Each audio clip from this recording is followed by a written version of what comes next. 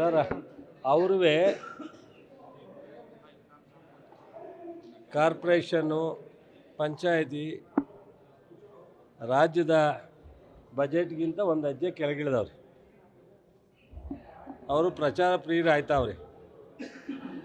ಒಂದು 2-3 ಕಾರ್ಯಕ್ರಮ ಮೂಗಿಗೆ ತುಪ್ಪ ತೋರಿಸೋ ಥರ ಮಾಡವ್ರೆ. ಈ ಟ್ಯಾಕ್ಸು ಕೃಷಿಗೇನೋ ಮಾಡಿದ್ದೀವಿ ಅನ್ನೋದು ಈ ಥರದ್ದು 2-3 ವಿಚಾರವನ್ನು ಅಲ್ಲಿ ಕೊಟ್ಟಿದ್ದಾರೆ. ಮುಖ್ಯವಾಗಿ ಬಿಹಾರ ಕೊಟ್ರಲ್ಲ,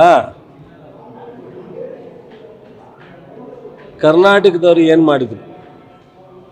19 ಜನ ಲೋಕಸಭೆ ಕಳಿಸಿದ್ದಾರೆ. ಕಳೆದ ಬಾರಿ 27 ಜನ ಲೋಕಸಭೆ ಕಳಿಸಿದ್ದಾರೆ. ಪ್ರಧಾನಮಂತ್ರಿ ಆಗಲಿಕ್ಕೆ ಮೋದಿಯವರಿಗೆ ಕರ್ನಾಟಕನೂ ಸಹ ದೊಡ್ಡ ಪ್ರಮಾಣದ ಶಕ್ತಿಯನ್ನು ತುಂಬಿರ್ತಕ್ಕಂಥದ್ದು. 3ನೇ ಬಾರಿಗೂ ಮೊದಲು 2ನೇ ಬಾರಿ ಮಾಡಿ 3ನೇ ಬಾರಿಗೆ ಬರಗಾಲದ ಮೆಮೊರಂಡಮು ದುಡ್ಡು ಕೊಡಲ್ಲ. 7ನೇ ಹಣಕಾಸಿನ ಯೋಜನೆಯಲ್ಲಿ ವ್ಯತ್ಯಾಸದ ಘೋಷಣೆ ಮಾಡಿರೋ ಹಣ ದುಡ್ಡು ಕೊಡಲ್ಲ. ಅವ್ರ ಬಜೆಟ್ನಲ್ಲಿ ಬೆಂಗಳೂರು ಅಭಿವೃದ್ಧಿಗೆ ಘೋಷಣೆ ಮಾಡಿರೋದು ಕೊಡಲ್ಲ. ತುಂಗಭದ್ರಾ ಅಚ್ಚುಕಟ್ಟಿಗೆ ಮಾಡ್ತೀನಿ ಅಂದರೆ ದುಡ್ಡು ಕೊಡಲ್ಲ. ನಾವು ಯಾವ ರೀತಿ ಬಜೆಟನ್ನು ಅಭಿನಂದಿಸಬೇಕು ಹೇಳಿ? ಯಾವ ರೀತಿ ಬಜೆಟನ್ನು ನಾವು ಅಭಿನಂದಿಸಬೇಕು? ನಮಗೇನಾದ್ರು ಕರ್ನಾಟಕಕ್ಕೆ ಒಂದು ವಿಶೇಷವಾದಂಥ ಸೌತಲ್ಲಿ ನಮ್ಮ ಕೊನೆಯದು. ಇವತ್ತು ಬೇರೆ ಬೇರೆ ಕಾರಣಕ್ಕೆ ಒಂದಷ್ಟು ತಮಿಳ್ನಾಡವರು ಈಚೆಗೆ ತೊಗೊಂಡೋಗೋರೆ.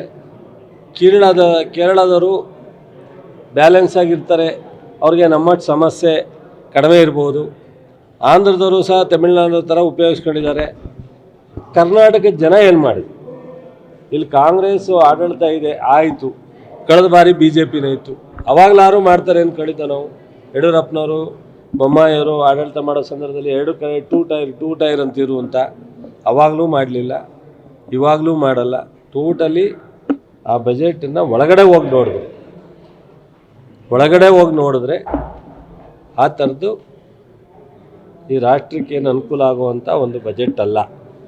ಮತ್ತು ಮೇಲ್ನೋಟಕ್ಕೆ ಸ್ವಲ್ಪ ಏನೋ ಮಾಡಿರ್ಬೋದು, ಪ್ರಯತ್ನ ಮಾಡಿರ್ಬೋದು ಅನ್ನೋ ರೀತಿಯಲ್ಲಿ ಕಾಣುತ್ತೆ. ವಿಶೇಷವಾಗಿ ನಮ್ಮ ರಾಜ್ಯಕ್ಕೆ ತುಂಬ ಅನ್ಯಾಯ.